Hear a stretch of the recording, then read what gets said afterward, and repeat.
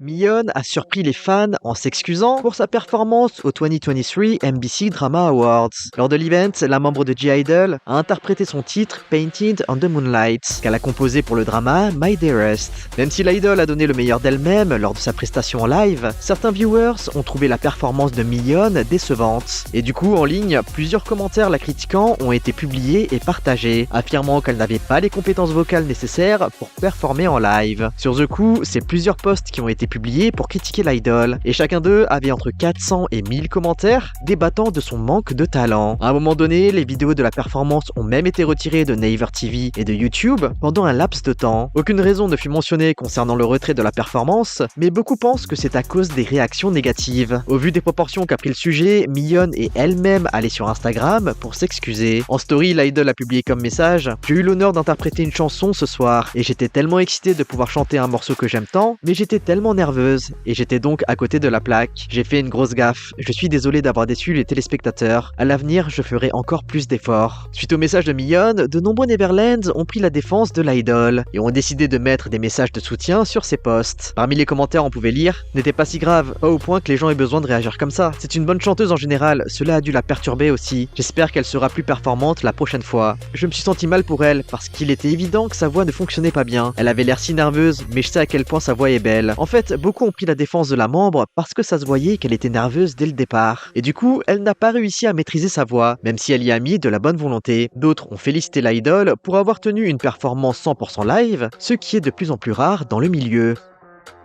Cette semaine, on a aussi appris que les anciennes membres de 50-50, Sena, Shio et Aran, étaient actuellement à la recherche d'une nouvelle agence. En fait, récemment, le fan club Fight for Fifi, qui pour rappel a été créé pour soutenir les 3 anciennes membres de 50-50, a annoncé avoir contacté l'équipe juridique des filles. Le fan club souhaitait savoir quelle était la manière pour eux de soutenir juridiquement les membres. Et les avocats des anciennes membres a transmis un message que le fan club était autorisé à partager publiquement pour rassurer les fans. L'équipe juridique a affirmé que puisque les deux parties ont décidé de mettre fin à leur contrat d'exclusivité, il n'y a pas de besoin immédiat de soutien juridique de la part des fans. L'équipe précisa que Sena, Shio et Aran se concentrent sur leur santé, leur entraînement, mais étaient également à la recherche d'une nouvelle agence. Les filles continuent à garder l'espoir d'être des artistes influentes qui ont un impact positif à travers leur musique. Les membres demandent aux fans de continuer à croire en elles et à les soutenir, même si le processus semble lent. Pour rappel, Kina de son côté a décidé de ne pas poursuivre le litige juridique avec Attract et est retournée au label. Elle a laissé entendre qu'An Sang-il était à l'origine du conflit. Cependant, les autres membres, Sena, Shio et Aran, n'étaient pas d'accord, affirmant que la mauvaise gestion de l'argent et des contrats par Attract était le vrai problème. C'est pourquoi elles ne voulaient pas continuer comme ça. L'opinion publique est malheureusement pas vraiment du côté des 3 membres, et beaucoup affirment que personne ne voudra signer avec des artistes qui ont trahi leur précédent label. L'autre débat récemment mené par les netizens concernait Juyeon. Sur Nightpan, les netizens ont longuement débattu sur une supposée controverse provoquée par le membre de The Boys. Le scandale a pris place après qu'un internaute a publié un post sur un forum affirmant qu'il avait remarqué qu'un ami de l'artiste, qui n'est pas une idol, a tagué ce dernier sur sa story Instagram. Si ce n'est pas vraiment un problème en soi, les internautes ont été choqués de voir que l'ami de l'idol a posté sa story en boîte de nuit, et ceci le même jour où le groupe devait performer au MBC Gayo Daejeon. Selon l'auteur du post, Juyeon avait été tagué dans la story Instagram originale, mais le tag a ensuite été retiré par l'ami de l'idol. En vérifiant les autres comptes tagués dans la story, les internautes ont remarqué qu'un modèle féminin était également présent à la fête. Du coup, de nombreuses rumeurs ont commencé à circuler, dont une qui disait que Juyeon et le groupe d'amis assistaient à une fête d'anniversaire, mais que ce dernier ne se passait pas dans un club à proprement parler, mais dans une salle VIP du club, dans le quartier de Hanamdong. L'auteur du post a aussi souligné que le problème aurait pu être considéré comme grave si c'était une autre idol, qui aurait fait la même chose, à savoir rester aussi tard dans un club la veille d'une représentation importante. Cependant, de nombreux netizens n'ont pas été d'accord avec cela. Certains suggèrent que Juyeon aurait pu assister à l'événement en tant que collègue dans l'industrie de la mode, étant donné son implication dans l'industrie. De plus, la performance spéciale de The Boys au MBC Gayo Daejeon était préenregistrée, et la performance en direct a techniquement eu lieu le 1er janvier. Et finalement, d'autres ont critiqué l'auteur du post qui a évoqué le nom du modèle qui aurait déjà un petit ami, et qui pourrait faire face à des rumeurs malveillantes à cause de lui. En commentaire du post, on pouvait lire: « Il vaut mieux que les idoles évitent les clubs. Je ne comprends pas les fans qui s'énervent pour ça. Ce n'est pas grave s'il n'a pas rapporté de problème à son emploi du temps. Il n'a pas le droit de sortir avec ses propres amis. C'est triste de voir qu'aucune des idoles féminines ne peut se permettre d'être vue dans les clubs, alors que pour les idoles masculines, c'est ok. » Bon allez, on passe aux choses positives qui sont arrivées cette semaine. Les Toki ont été amusés par l'interaction de New Jeans avec Golden Girls. Dans un épisode récent de la série de Golden Girls, les 5 membres de New Jeans ont pu rencontrer les 4 membres du groupe, Insuni, Park Mi-kyung, Shin Yo-bom et Lee Eun-mi. Pour ceux qui ne sont pas au courant, Golden Girls est un band créé par JYP lui-même et qui consiste à former un groupe d'artistes dont la carrière cumulée s'élève à 155 années d'activité. Du coup, au cours de l'épisode, qui nous présentait la rencontre entre les artistes seniors et les membres de New Jeans, on a pu voir les artistes échanger quelques conseils. New Jeans en a profité pour enseigner quelques gestes à la mode, pour poser, comme le regard dans la direction opposée, ou encore le cœur en diamant, en chat ou en chien. Les netizens ont trouvé l'interaction hyper cute, et la différence de génération n'a pas du tout créé de barrière entre les deux groupes, qui avaient une super bonne alchimie. De son côté, Taemin a remercié les fans pour les camions de protestation qu'ils ont envoyés. En fait, d'habitude, les camions de protestation affichent des messages à l'intention de l'entreprise, pour réclamer de meilleures conditions pour les idoles, ou encore pour demander le retrait d'un membre du groupe. Mais cette fois, les fans chinois ont décidé d'envoyer des camions à la SM avec de nombreux messages positifs pour Taemin. On pouvait lire « Finissons l'année sur une note heureuse et accueillons la nouvelle année avec beaucoup d'espoir. Les fans chinois seront toujours aux côtés de Taemin. » Bien sûr, il y a eu quelques demandes, comme par exemple celle d'avoir une salle plus grande pour le prochain concert, mais en majorité les fans ont apporté des messages hyper positifs. Du coup, en story Instagram, Taemin a remercié les fans en repostant les différents messages. Une autre réaction qui a amusé les fans est celle de Bibi.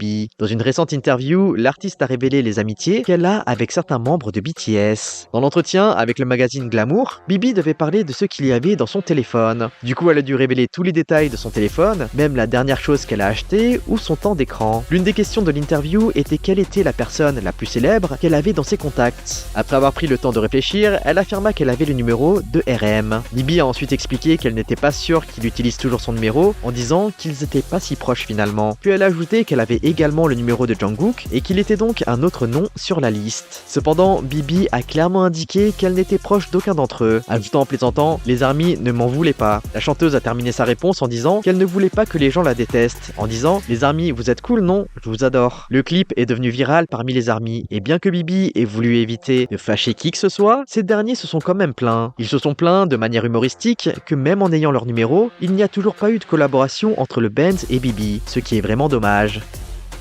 En parlant d'appel, Mingyu, lui, a fait face à un fan call avec une Karat qui a vivement été critiqué par les fans. Avec le comeback God of Music, le band a décidé de remercier le soutien des fans avec des fan calls. Cependant, la question d'une fan a mis mal à l'aise Mingyu. En fait, la fan en question demanda d'abord à l'idol s'il pouvait lui offrir un cadeau de Noël. Mingyu décida d'accepter et lui demanda ce qu'elle voulait. Mais la Karat lui demanda alors, je cite, « Laisse-moi voir tes abdos ». Ce à quoi Mingyu a répondu en rigolant et en déclinant la demande. Alors que la fan tente de le questionner encore, Mingyu mit fin à l'appel, et on peut entendre la fan surprise par son soudain raccrochement. Certains fans ont alors affirmé être fiers de Mingyu, qui a décidé de mettre fin à l'appel à cause de la question inappropriée. Mais d'autres affirment qu'en arrière-plan, on pouvait entendre le personnel dire « le temps est écoulé », et ce serait pourquoi l'idol a décidé de raccrocher. En tout cas, quelle que soit la raison, les Karat demandent d'arrêter d'harceler les membres et de leur demander des fanservices aussi excessifs. Ce n'est pas sain du tout que de demander cela aux idoles comme si c'était des objets. Les fans espèrent qu'il soit accepté que les idoles puissent mettre fin aux appels qui les mettent mal à l'aise. D'autres se disent heureux que Mingyu ait pu décliner et qu'il ne se soit pas senti obligé de faire ce que la Karat demanda, là où certaines idoles auraient peut-être pu céder à la pression de certains fans.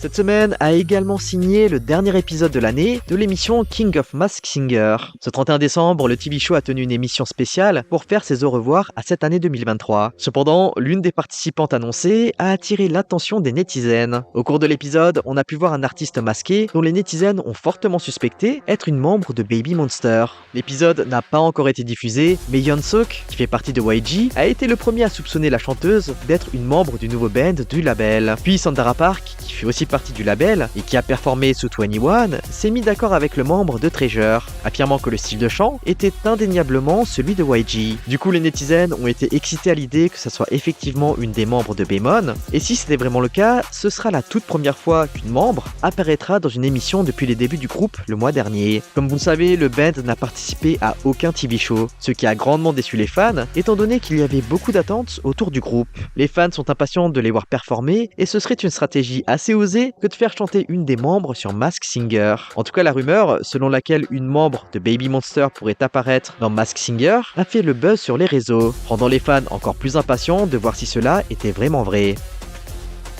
Mais à côté de ces rumeurs, on a quand même eu des nouvelles officielles concernant Baby Monster. Yang Hyun-suk a récemment décidé de donner aux fans des mises à jour sur les activités à venir du band. Dans une récente interview vidéo, le directeur de YG a dévoilé ce qu'il appelle la prochaine phase du groupe. Selon Yang Hyun-suk lui-même, Baby Monster sortira sa nouvelle chanson Stuck in the Middle le 1er février. Le directeur a décrit la chanson comme, je cite, différente de tout ce que YG a jamais produit auparavant. Un voyage cosmique évoquant la sensation de flotter à travers la galaxie, un voyage sonore qu'il vaut mieux apprécier les yeux fermés. En ce qui concerne la prod, comme la chorégraphie, le MV et le stylisme, Hyun-suk a affirmé qu'il était vraiment très minutieux et impliqué là-dessus. En fait, contrairement aux groupes précédents emblématiques comme 21 et Blackpink, Baby Monster a majoritairement des membres mineurs. Et Yang Hyun-suk a insisté sur le jeune âge de Chiquita qui n'a que 14 ans et a fait un parallèle avec sa propre fille âgée de 13 ans. Du coup, il affirma qu'il voulait prendre soin de chaque détail pour que tout soit parfait, un peu comme le ferait un père pour ses filles. Et finalement, le directeur est revenu sur la question à Ayeon. En ce qui concerne le hiatus temporaire de la membre, Yang Hyun-suk a révélé que la date de son retour reste incertain, étant donné que le hiatus est important puisqu'il faisait suite à des problèmes de santé. Il a assuré aux fans que de futures annonces permettraient d'en savoir plus à ce sujet. Cependant, le communiqué n'a pas vraiment rassuré les fans. En fait, on ne sait toujours pas si des apparitions à des TV shows ou des music shows sont prévues pour les semaines à venir. Il semble qu'on ne verra pas les filles performer de sitôt. Et concernant Ayeon, les inquiétudes subsistent. On n'en sait pas plus concernant sa réintégration dans le groupe et certains se disent même encore plus inquiets après cette annonce.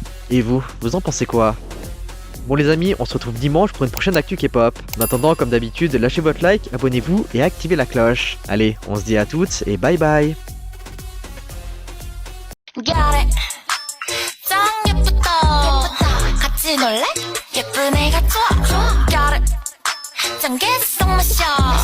쉽게 뿌리, oh yeah, 뿌리